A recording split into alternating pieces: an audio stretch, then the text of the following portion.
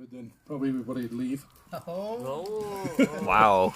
So this is my first backyard social distancing comedy show. Now, I'm half Asian and half British, which means I like to fuck, but only in the missionary position. Now, I know everybody's hating this social isolation thing, right? But for me, it's not too bad. I get to think and think and think and think and think and think and think. And it's actually helped to improve a lot of my relationships with my family members. Like my son, I built a stronger bond with him. He came up the other day, he said, "Dad, what is social isolation or social distancing?" And I said, "Go to your room." Last week we had a father-son talk. He goes, "Dad, I need to tell you something." I said, "What do you want to tell me?" He says, "You have a minute?" I go, I have a lot of minutes, right? And he says, "I really need to tell you this." I said, "Well, get it off your chest. Hurry up. Tell me what you want to tell me." He said, "Can you spend less time with me?" I have a great daughter, though. Her name is Jasmine. We were looking at CNN the other night. She's looking at the nurses and the doctors on the front line, and she goes, "Dad, one day I want to be one of them." I go, "One of whom?" You know, whom is important because grammar's important even at this time. She said, "One of those doctors." I said, "Well, you know, go for it." And she goes, "Well, I dream of being a doctor." And I said, "Well, you know, here's some fatherly advice. Keep on dreaming." But this COVID thing has really helped my marriage. I've been social distancing. I've been quarantining in one room, and my wife goes into another. She calls it social distancing, but I call it marriage counseling. We even have pet names for ourselves. She calls me convict, and I call her warden. And, you know, we've introduced role-playing into our relationship.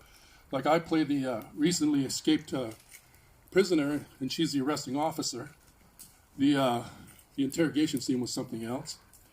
But she's I think I'm, you know, probably taking it a little bit too far because she drew the line when I asked her to deliver my meals under my bedroom door. Then one day I took her Sharpie and she goes, "What do you want that for?" And I said, How else am I going to record the number of days we've been in solitary confinement?" So she got upset and she goes, "I'm going." And I said, "Well, go then." And then there's nowhere to go, right? So then she looks down. I said, "Well, I'm going." She said, "So where are you going?" I said, "I'm going to the backyard." And I'm going to the yard. And she said, "Oh, yeah, sure, go to the yard. Push weights with your buddies." And I said, "No, I'm going to the backyard to rake the leaves." So things are going pretty well, I guess, given the situation.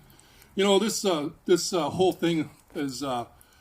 we have to change a lot of expressions in the English language. For example, the expression, "Look what the cat dragged in," that doesn't quite work in these times.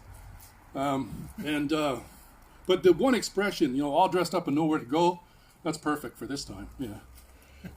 So we need to, I think some songwriters ought to change some of their song titles to reflect the times. Like, you know, Paul Simon's "Me and Julio Down by the Schoolyard."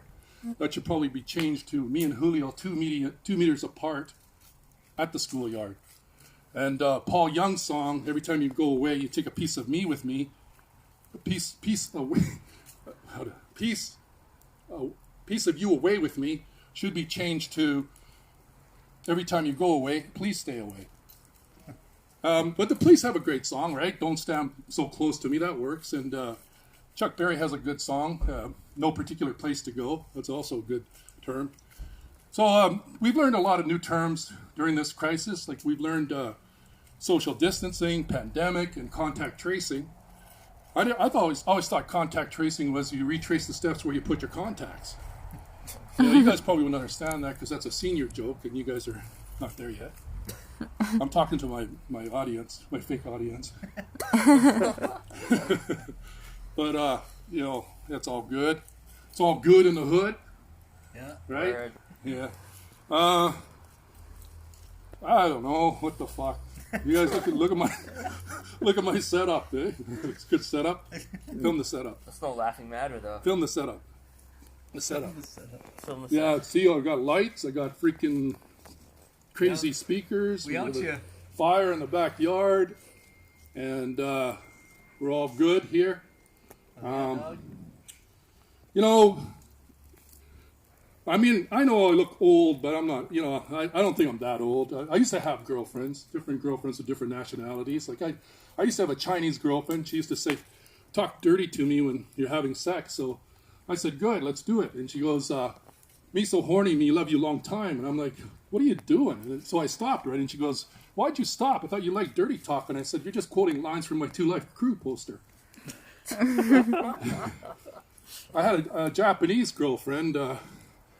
She was a little sensitive, though. We were down in Vancouver one day, and somebody yelled out 2 Japa dogs. Before I could turn around, she ran over there and beat the shit out of the guy. I said, he's only giving a food order. I had a native girlfriend. Shout out. Yeah, and we have a lot in common. It's like we both believe in ancestral worship. So, like, one time we're making out, and she starts getting right into it. I'm thinking, oh, this is going to be a good night. Then she starts rocking back and forth, and then she starts chanting, right? I'm like, what are you doing? She says, I'm calling on a dead relative to come get you off me.